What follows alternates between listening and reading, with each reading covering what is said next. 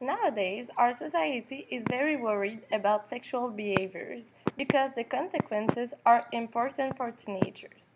Recently, studies show that the phenomenon increases and it begins younger.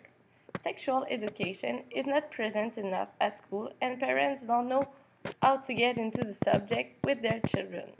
Teenage is a period of questioning. Between 12 and 17 years old, it is very important to be like everyone, to impress your friend, and to find who you really are. Sometimes the pressure is too important, and the teenagers might do things they would not usually do. Also, being in love, having a boyfriend or a girlfriend is important for the image and the self confidence. According to experts, this search of love and attention, combining those factors with a lack of resources, the result are wrong sexual activities. For example, having many sexual partners, avoid protection, transmit sexual disease, becoming pregnant too young, and etc. Now we will talk with two invited guests that will tell you their story. Now we will hear about two stories. We will begin with Caroline. Thanks for having me. I was pregnant last year, and I have always had a risky sexual behavior. I use protection, but only 50% of the times, and I was taking oral contraception, but I would often forget, and I would say to myself, it doesn't matter if I forget once.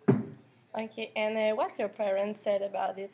My mother wasn't very present in my teenage years. She wasn't talking to me about contraception, and nobody ever informed me very well about it. I thought I was invincible and that being pregnant could only happen to others. I thought I wasn't at risk at all, but it wasn't true, and I was fooling myself.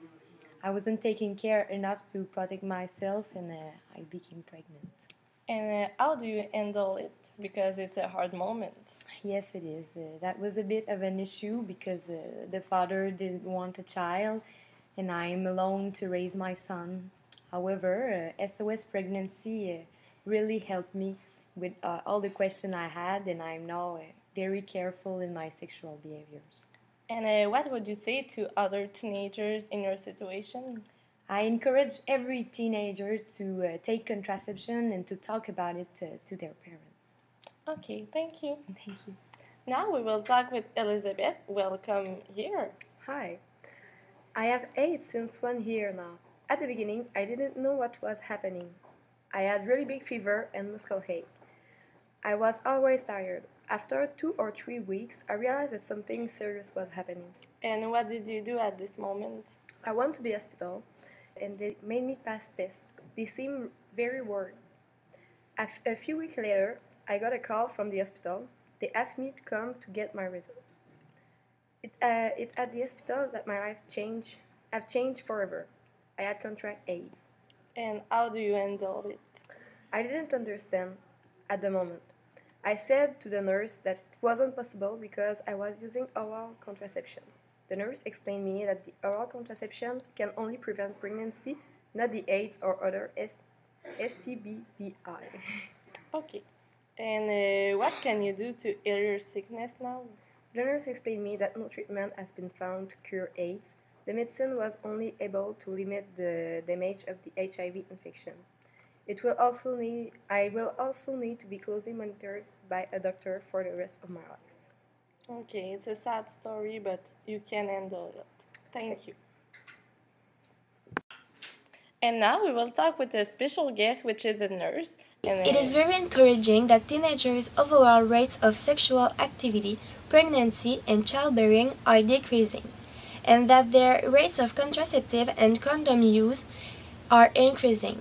However, these rates are still too high nowadays. Each year, 1/5 of all sexually active females between 15 and 19-year-old become pregnant. The literature identifies 4 key sets of factors, but it could be easier to solve them. First of all, social work intervention is a necessary supplement to traditional family planning education. Programs should begin earlier and target younger adolescents. Instead of this, programs need to understand that many youth lack the skills to practice safer sex. In this kind of way, programs should not assume that sexual activity among teenagers is limited to vaginal sex. It is important that programs discuss every other behaviors and educate youth about them.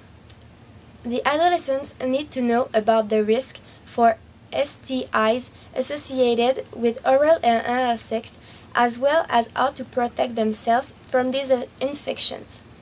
These are few easy ways to help our adolescents, and it is everyone's responsibility to make a step for these programs to change.